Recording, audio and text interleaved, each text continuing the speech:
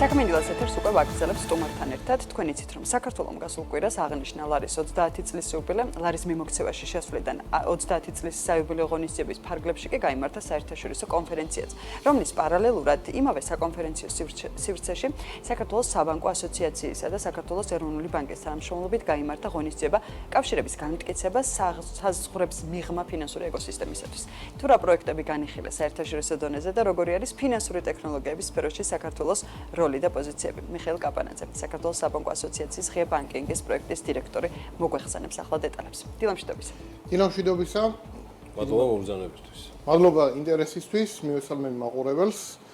როგორ ჩაიარა ამბავმა ბატონ მიხეილ? კარგად ჩაიარა, მე ესე იგი, მე სულ ხუმრობ ხოლმე, ჩემი შინაგანი პერფექციონისტი არის უსაზღვროდ კმაყოფილი, ესე იგი, როგორ ჩაიარა ღონისძიებამ.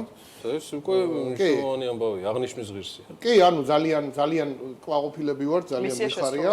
კი, მისია შესრულებულია. მეგონა რომ აქამდე პერფექციონიზმს არ ქონდა საზღვრები და ლიმიტი. ნუ მე ვცდილობ ხოლმე, რომ იმიტომ არ შეიძლება მაგისი ულიმიტოდ ყოფნა, ვცდილობ ხოლმე ლიმიტში ვავყოფილო, მაგრამ შინაგანად ესე იგი მართლა ძალიან კმაყოფილი ვარ, როგორც ოღონდ გათვალისწინებით იმისა, რომ ეს ჩართულობა, რაზეც ჩვენ ახლა ვისაუბრობთ, ეს იყო ნაწილი იმ საერთო ღონისძიებებისა, რომელიც პარალელურ რეჟიმშიც მიდიოდა. შესაბამისად, აქ ბუნებრივად იქნებოდა ის საზღვრები და ლიმიტები, რაზეც მე ხაზი გავუსვა.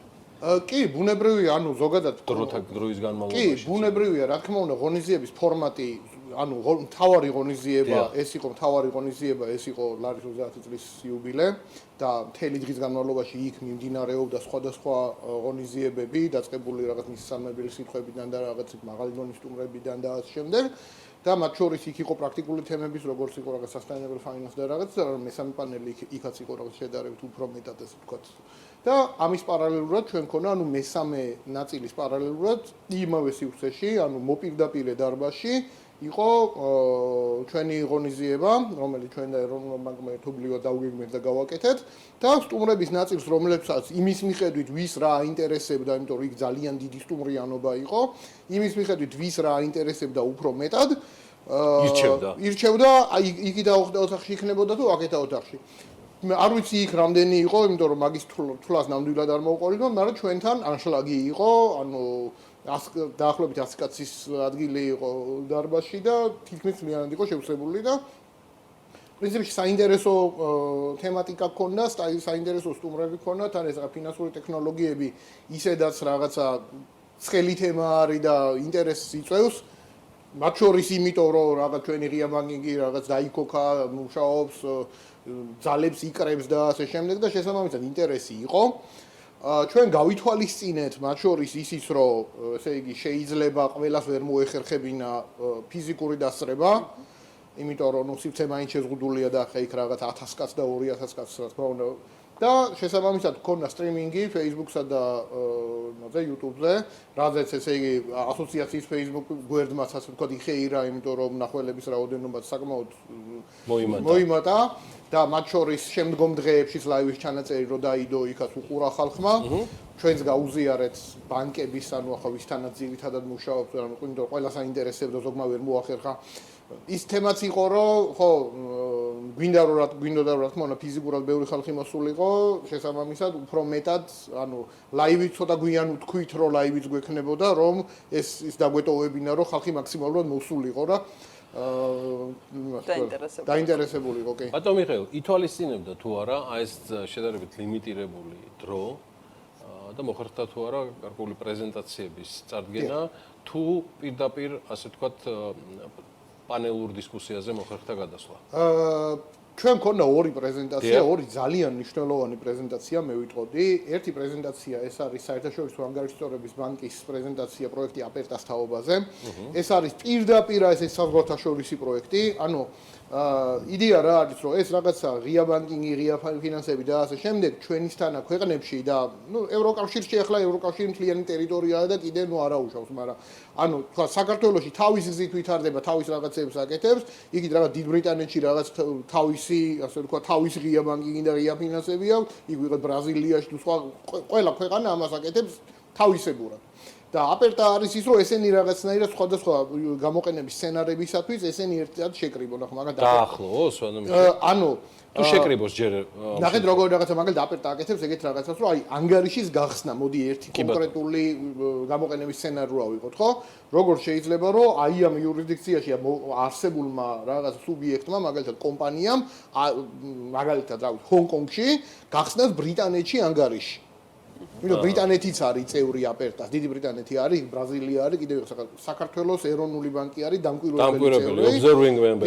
კი, მაგრამ ხო, ისინი იქ რაღაცებს იმუშავებენ, მაგრამ ძალიან მნიშვნელოვანია, რომ აპერტა რას აკეთებს, აპერტა განსაზღვრავს მაგალითად მონაცემთა მოცულობას, მონაცემთა სტანდარტებს, რა მონაცემები უნდა იყოს, რა მონაცემები უნდა გაიცვალოს და რა თქმა უნდა, ამაში ეროვნული ბანკის დამკვირვებელის როლით ყოფნა, არა მარტო ეროვნული ბანკი არის დამკვირვებელი, მათ შორის ბერლინ გრუპიც არის დამკვირვებელი და ანუ ჩვენც იქვე ვართ, მოკლედ აქაც იქავართ და შესაბამისად ეს ჩვენს დაგვეხმარება, იმიტომ რომ ეგ ანგარიშის გახსნის use case ჩვენი ერთ-ერთი use case უკვე რომელიც მუშაობს და რომელიც ჩვენი წარმატებული გამოყენების სცენარია რა, უკვე რაღაცა იანვრიდან, თებერვლიდან მოყოლებული, საქართველოში შესაძლებელია რომ ზოგიერთ ბანკში ანგარიში გახსნა სხვა ბანკში არსებულ იდენტიფიკაციაზე დაყრდნობით და ეს ვითარდება. შესაბამისად, ამისი გაგრძელების დაგეგმვა, მათ შორის აპერტას შედეგებით იქნება ძალიან საინტერესო.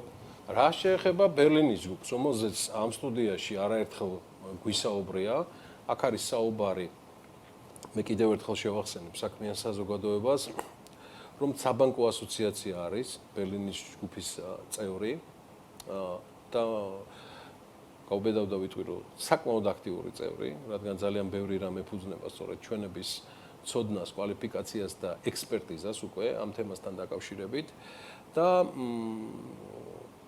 სწორედ იმის თქმა მინდოდა, რომ ღია ფინანსების საკოორდინაციო ჯგუფის აი ამ აქტიურმა წევრობამ უზრუნველყო ის, რომ საქართველოში ღია ბანკინგის გავრცელების და დამკვიდრების ექსპერტიზაც ხშირად ყოფილა მსჯელობის საგანი და დამკვიდრებისა ასევე სხვა ქვეყნებში. თუმცა კონკრეტულად ბერლინის ჯგუფის პრეზენტაცია რას მიეძღვნა? ბერლინის ჯგუფის პრეზენტაცია იყო ძალიან მნიშვნელოვანი და ძალიან მადლობელი ვართ, რომ იქ ზოგადად მოგეხსენებათ ევროპელები თავის, ასე ვთქვათ, სტანდარტი. თავის, ასე ვთქვათ, იმას რა ქვია, კალენდრებს რაღაცა ჩვენგან განსხვავებით რაღაც 5 და 6 თვით ადრე გეგმავენ, მაგრამ ძალიან მიხარია, რომ მოახერხეთ და ყავდა პრეზენტატორი ჩვენი დიდი ხნის, ასე ვთქვათ, კოლეგა და მეგობარი, რომელიც მოყვა არა მარტო სტანდარტებზე, არამედ ამ სტანდარტების გამოყენებაზე და მათ შორის ამ სტანდარტებით ბიზნესის კეთების მოდელებზე.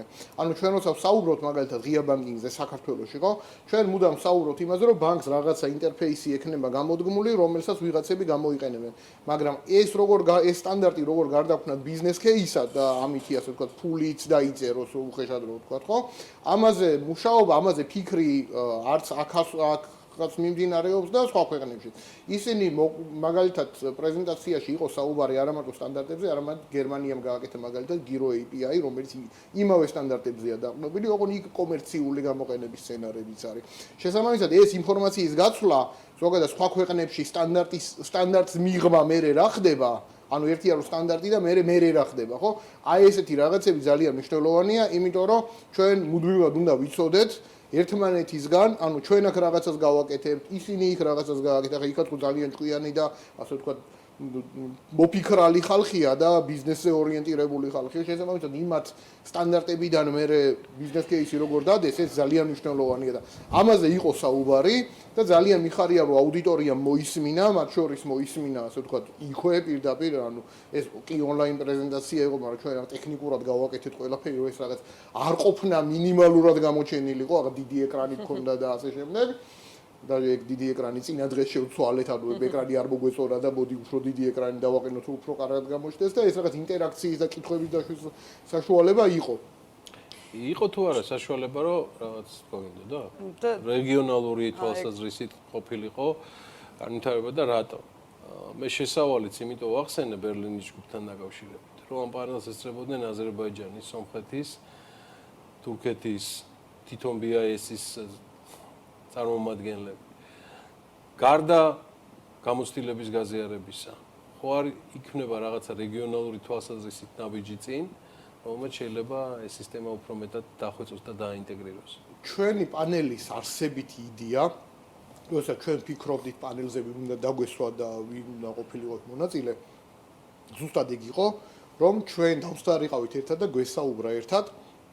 ახლა დასამალი არ არის, რომ რეგიონის ქვეყნებში, ანუ საქართველოში, სომხეთში, აზერბაიჯანსა და თურქეთში, თუმცა ჩვენ რა ვიცი, თავიდან უკრაინასთანაც ქონდა ეგ მიმოწერა, უბრალოდ მე იქ ჩამოსვლა ფიზიკურად არ მოხერხდა და მაშინ ონლაინი ჯერ კიდე არ ქონდა დაგეგმილი და მე უკვე რაღაცნაირად, მაგრამ მაგას შემდგომ ღონისძიებებში გავითვალისწინებთ, რომ კიდევ უფრო მეტი რეგიონული პარტნიორი ჩავხდოთ. იყო როგორი, რომ ჩვენ მოკლედ რეგიონის ქვეყნებში არის სხვადასხვა დონე ზაობისა, ხო? ანუ ზოგს ახლა თურქეთში ძალიან ბევრი რაღაცა აქვს გაკეთებული თავისთან. ჩვენს ბევრი რაღაცა გვაქვს გაკეთებული. აზერბაიჯანი ჩქარი ნაბიჯით მიდის წინ საკმაოდ. სომხეთს მართალია პირდაპირ შეიძლება არ დავარქვათ ამას ღია ბანკინგი და ღია ფინანსები, თუმცა ღია ეკოსისტემები და მსგავსი რაღაცები აქვს და ჩვენი და ავითარებს და ჩვენი ასე ვთქვა პანელის ერთ-ერთი მიზანი იყო რომ ერთმანეთი გაგვეცნო, ერთმანეთზე გვესაუბრო ვის რა გვაქვს, როგორ შეიძლება, სად შეიძლება. ეს რა თქმა უნდა ჩვენთვის, ჩვენი თვალსაჩინო ეს იყო დასაწყისი და ურთიერთობის ასე ვთქვა პირველი ყინულის დაძვლის მცდელობა. პანელზევე ითქვა ეს რომ იქნებ ესე იგი გავაგრძელოთ და რა თქმა უნდა ჩვენი მხრიდან ვეცდებით რომ ეს რაღაცა როლი მოვირგოთ რაღაც ესე ცენტრალური ქვეყნის ანუ ეგ რაღაც ხმამაღალი სიტყვები რომ რეგიონული ჰაბი გავხდეთ რაღაცა ასეთ ამბიციურ განაცხადს არ გავაკეთებ მე მაგრამ ყოველ შემთხვევაში ვეცდებით რომ ურთიერთობები სხვადასხვა რეგიონულ ქვეყნებთან დავალაგოთ და იმიტომ რომ ხო გესმით ახლა პატარა ბაზარი ვართ როგორც არ უნდა ვთქვა პატარა ქვეყანა არის და შესაბამისად ეს რაღაცა საზღვრის მიღმა ინფორმაციის მიმოცვლა და სხვა რაღაცების მიმოცვლა თან მასშტაბირება და მასშტაბირება ერთი არის ჩვენთან ახალ რაღაცა იდეებს გააჩენს იმათთანაც იდეებს გააჩენს თან სავაჭრო პარტნიორები ვართ ყველანი ახლა როგორც არ უნდა ვატრიალოთ და შესაბამისად რატო უნდა იყოს რომ ჩემთან ყველაფერი ელექტრონულია იქ ყველაფერი ელექტრონულია შუაში ხაღალდი დადის ეს ხო არ შეიძლება ხო და ნუ ბოლო ელექტრონით ვეღარ იქნება და ვეღარც გახალდი. ხო და ნუ განხაღალდიანებას ასე ვთქვათ როგორ დავასრულოთ. სრულად გიჯერთ ხარს მაგაშიც ბატონო მიხეილ. იქნება წარმატებულ პრეზენტაციებს და პანელს გინულցავ. დიდი მადლობა. წარმატებები თქვენ და საბანკო ასოციაციას საქმიან საზოგადოებას კიდევ ერთხელ შევახსენებ რომ სტუმრობდა მიხეილ კაპანაძე. მას იცნობთ კარგად. იგი საქართველოს საბანკო ასოციაციას ღია ბანკინგის პროექტის დირექტორის სტატუსით წარმოადგენს.